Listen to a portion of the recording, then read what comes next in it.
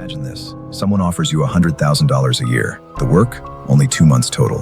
30 days, twice a year. No boss, no office, no alarm clock. Sounds like a dream, right? Here's the catch. You live alone, in a lighthouse, in the middle of the ocean. No internet, no cell signal, no way out. Just you, the light, and whatever is living in the dark water 14 miles below you. Most people last 3 weeks before they start breaking. Our guy lasted 27 days. What happened on day 27? We're still not sure anyone fully believes him. Welcome back to the Haunted_Truth, the channel where we don't just tell you ghost stories, we tell you the ones people wish were ghost stories. Because ghosts, you can reason with. You can tell yourself they aren't real. You can roll over and go back to sleep. But what do you do when it's isolation itself hunting you? When your own mind becomes the haunted house, and you realize you cannot escape it because you are inside it.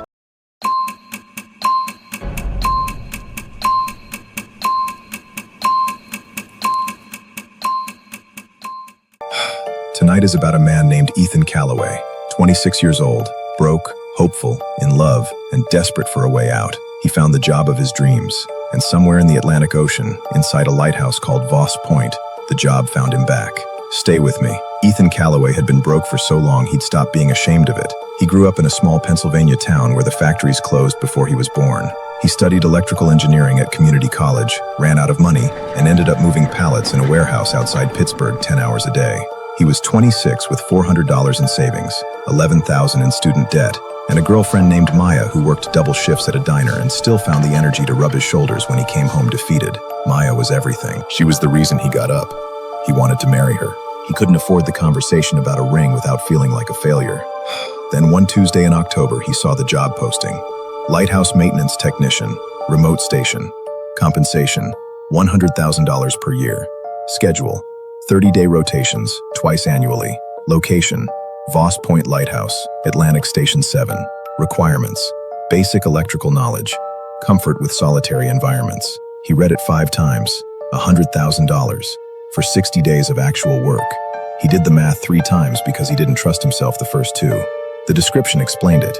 Voss Point, located 14 miles off the coast of Maine, was a federally maintained lighthouse on an aging electrical system. Maritime law required a technician to physically inspect it every 6 months. The isolation made the position nearly impossible to fill, hence the compensation. The job was simple.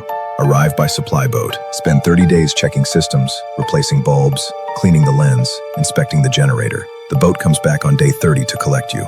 No internet, no cell signal, a shortwave radio for emergencies, and nothing else for 30 days.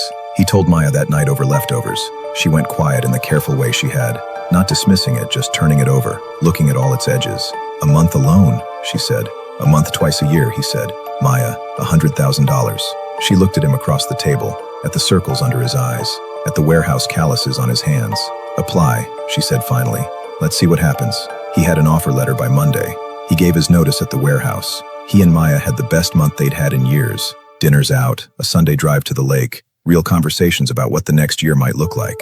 When I get back from the first rotation, he told her by the water, I want to take you somewhere. Anywhere you want. Iceland, she said without hesitation. The Northern Lights. He kissed the top of her head. He felt for the first time in years like a man with something ahead of him.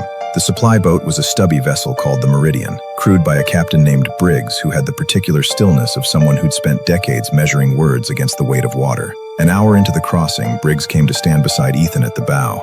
First time? Yeah. What was the last technician like? The one I'm replacing. Briggs was quiet for a moment. Quiet type, he said finally. By the time I picked him up anyway. Was he okay? Briggs looked at the horizon. He finished the job. That's what matters. Ethan wanted to ask more. He didn't. Voss Point rose through the morning mist like a bone rising from water. A white and gray tower, 22 meters tall, built from granite in the 1800s. It sat on a rocky outcrop barely large enough to exist, with the keeper's cottage attached at the base. The sea churned around the rocks in slow, white-edged patterns that looked almost deliberate, like something breathing. Home sweet home, the deckhand muttered. It was the only thing he said the entire trip. They unloaded Ethan's gear by pulley. Briggs handed him a laminated card with the emergency radio frequency and read, 30 days. We'll be here at 600 hours. I'll be ready. The Meridian pulled away. Ethan watched it go until it was a gray smudge against the gray sky. Then he turned and looked at the lighthouse. It looked back. He laughed at himself for thinking that, picked up his cases and went inside. Days 1 through 4 were genuinely wonderful. The cottage was Spartan but clean. A main room, a small kitchen, a workbench of labeled tools, a shortwave radio sitting on a shelf like a small, reliable god. Previous technicians had left things behind. A deck of cards, a paperback, a jar of instant coffee, a postcard of Yellowstone pinned above the workbench. Ethan climbed to the lamp room on the first afternoon and felt his breath leave him. You could see for miles. In every direction, nothing but ocean. Cold, dark, enormous, and beautiful in the way that makes you feel insignificant and alive at the same time. The Fresnel lens was magnificent up close, a tower of glass prisms that looked like something from another century, which it essentially was. He spent the first days doing his tour. Generator in the basement, humming on diesel. Electrical panel, aging but functional. Foghorn housing, needing one replaced coupling. Lens mechanism, one new drive bearing. He documented everything with photographs. He left Maya a voice memo every night on the satellite pager system the maritime company had set up. She could hear his messages, and he could download her replies during morning signal windows. On the second night, he heard her voice. "Hey you, I miss you already, which is embarrassing. I love you. Sleep well out there." He listened to it 3 times, fell asleep smiling. Day 4. Day 5. The work was satisfying. On day 5, he climbed to the lamp room at sunset and watched the sky go red and gold over 14 miles of open water. He wrote in his journal, "I think this is the best decision I've ever made. 30 days is nothing. I'm going to leave here a different person." That night, for the first time, he heard something. He was in bed, lights off, the generator humming, the sea against the rocks in its usual rhythm, push and pull, occasional crash. He'd gotten used to all of it, but this was different. From the direction of the water, below the north window. And it was not the sound of a wave, it was a voice. Not words, not language exactly. More like the shape of language, a rising and falling pattern that had the cadence of speech without any of its content. Like someone talking through a thick wall. You can hear the rhythm of the sentence, but not a single syllable. He lay very still. A boat, he told himself. Sound carries over water. But it didn't move. It stayed, right there outside the north window. That rise and fall. Not getting closer, not getting farther, just present. He got up, went to the window, looked out. Nothing. The ocean, dark and restless. Half moon, no boat, no shape on the rocks. Acoustic quirk, he wrote the next morning. Resonance from the rocks or the foghorn housing, not what I thought it was. That night the sound came back, louder. He lay in the dark and really listened this time. The variation is what unsettled him. Mechanical sounds repeat. They have a cycle. This didn't quite repeat. It changed slightly each time, the way actual speech changes from sentence to sentence depending on what's being said. He went down to the equipment room, which had a porthole at sea level. He pressed his face against the glass. The water was right there, inches away, black and moving. And the sound was right there too, louder now, pouring against the glass like pressure. He stepped back. His heart was doing something uncomfortable in his chest. There is nothing there, he told himself. There is nothing in the water. It is the water. He went back to bed. He did not sleep for a very long time. By day 10, the sounds came every night without exception. Always after midnight. Always from the north side. He started documenting them like a scientist. Duration, volume, variation. He told himself it was rational. In reality, he was doing it because writing things down made him feel like he was in control of them. And control was something he was becoming desperate for. On day 10, something new happened. He was on the exterior walkway at the top of the tower, checking the lighthousing, crouched by the eastern bracket, wind steady and cold. He heard his name, not from below, from beside him, right there on the walkway, just Ethan. He straightened so fast he nearly fell backwards into the railing, looked in every direction, nothing. The walkway was empty, the sky, the sea, the tower. He climbed down. He didn't go back up that day. That evening, he wrote one line in his journal. "I need to be honest with myself about whether I'm okay." He was not entirely sure he was. On day 17, he found something in the back of the technical manual, a section clearly printed by someone else. Plain paper, folded and tucked inside the back cover, handwritten, block letters, signed with initials, PW. The note read, "Do not open the north porthole after sunset. Do not respond to sounds from the water, especially if they use your name. The light must stay on. If it fails, stay in the lamp room until it works again. It is interested in you. This does not mean it will find you. Do not give it a reason to look harder." Ethan sat down on the equipment room floor. He went through the maintenance logs, found a technician listed 18 months prior, Paul Whitmore, resigned after one rotation. Reason listed, personal. He tried the emergency radio. Not because it was an emergency. He told himself that. Dolores, the mainland coordinator, picked up. Previous technician leave any notes? Someone named Whitmore? I wouldn't have that information. Is there a maintenance concern? No, it's fine. Thanks, Dolores. He put the radio down and looked at the note. It is interested in you. That night, the 17th night, he saw the shape. He'd given up on sleeping, sitting on the edge of his bed with his back to the north wall. The sounds were going, louder than usual, with something new in them, a pulling quality, like it was trying to draw something out. He felt the pull. He got up. He walked to the north window. There was something in the water, not on the surface, below it, just beneath it, in the shallow area where the rocks met the deep.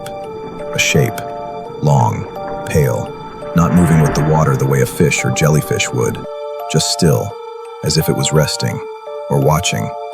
As he stared, it moved, not toward the lighthouse, laterally, slowly, like a thing in no hurry because it had nowhere else to be. Then it was gone, into the deeper dark. He stood at the window for a long time afterward. Then he went and double-checked every lock in the building. Days 18 through 23 moved in a blur of exhaustion and grim routine. The sleep deprivation was accumulating. He woke multiple times a night. During the day, he was functioning, but barely. He kept working because the job was all he had left to anchor him to the version of himself that had boarded that boat with a plan. The shape in the water came back multiple times, always different positions, never approaching, just present, like something that had learned to wait. And then, on the 20th night, the sounds changed. He was half asleep under his pillow, and through the haze, not from the pager, not from any device, he heard Maya's voice, from outside. "Ethan, come down to the water." He was out of bed before he was fully awake.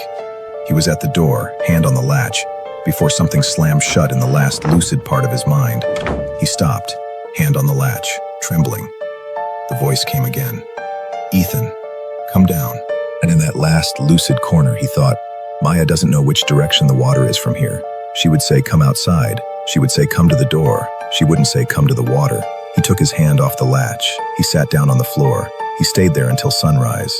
In his journal the next morning, in handwriting he barely recognized, "It learns. Whatever is out there, it has been listening to me this whole time. Not just making noise, studying." It heard the pager. It is trying to sound like what I love. And the saddest part is that what it made of my voice, what it chose, was Maya saying, "Come to the water," because that's the only version of anything that could have gotten me to open that door. 10 more days. I can do 10 more days. He almost made it. Days 23 through 26, he held on through willpower and routine. He finished the maintenance log. He did his check-ins. He listened to Maya's messages and tried to remember who he'd been on that dock.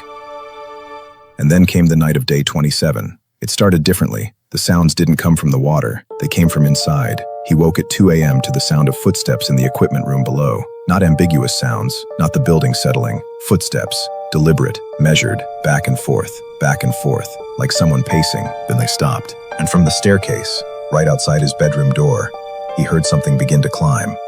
1 step, 2 steps. He grabbed the lamp from the nightstand. His hands were shaking. 3 steps, 4 steps, 5. And then, nothing. Silence. As if whatever had been climbing had simply stopped existing at the 5th step.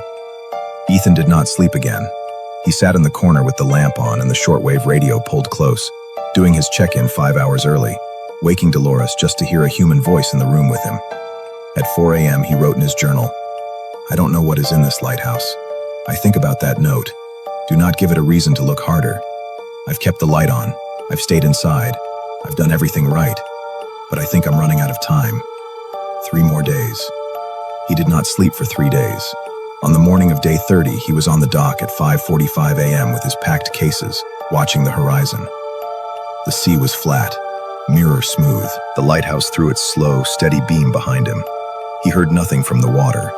And then, in the very back of his mind, in the place where the sounds had lived, he heard it one last time.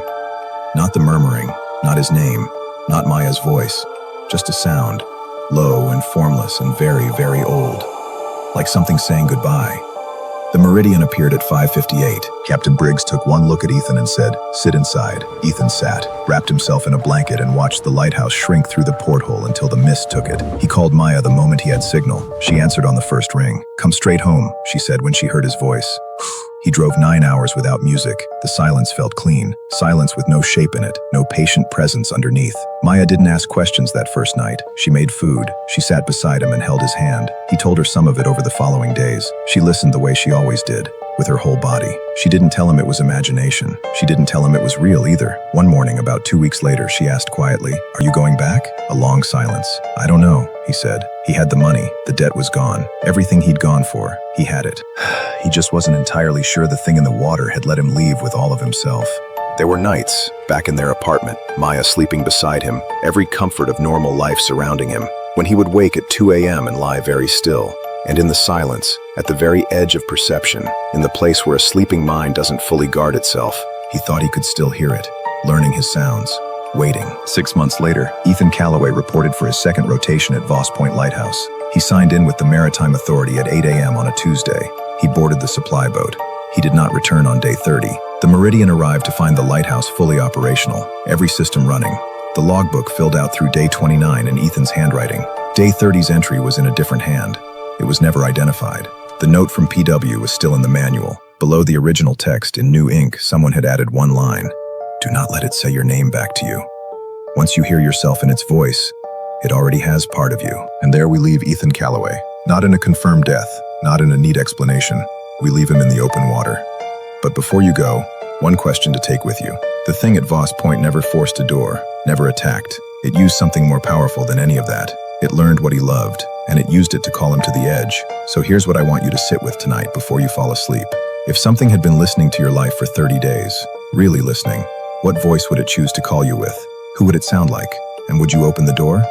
Think carefully, because the lights are always on somewhere, and something is always listening. Subscribe to @haunted_truth for new stories every week. Drop your answer in the comments. I read every single one.